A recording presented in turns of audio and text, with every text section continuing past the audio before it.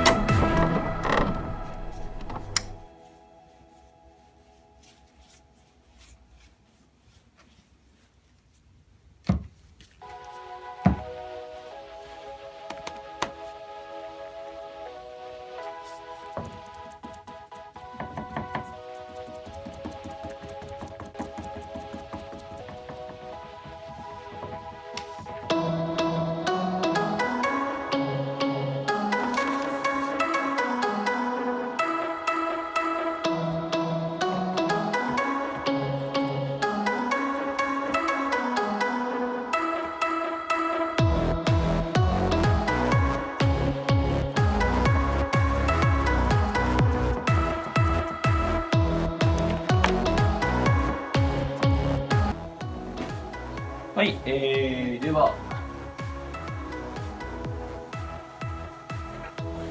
各パーツの塗装が完了しましたので元に戻していきたいと思います。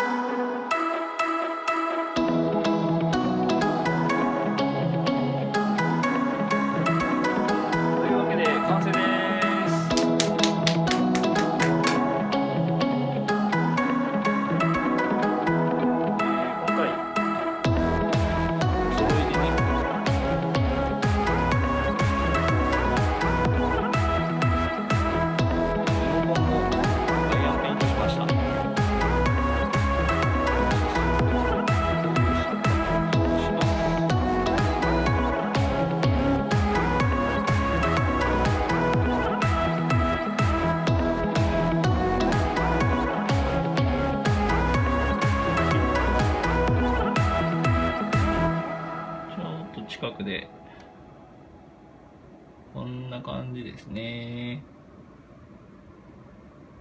やっぱりアイアンペイントすごいな。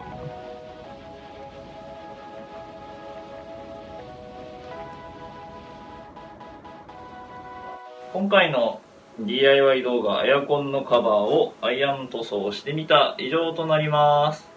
今回おソロで、リモコンもアイアン塗装しまして、個人的にはすんごい大満足ですね。やっぱりアイアンペイントってかっこいいと思います。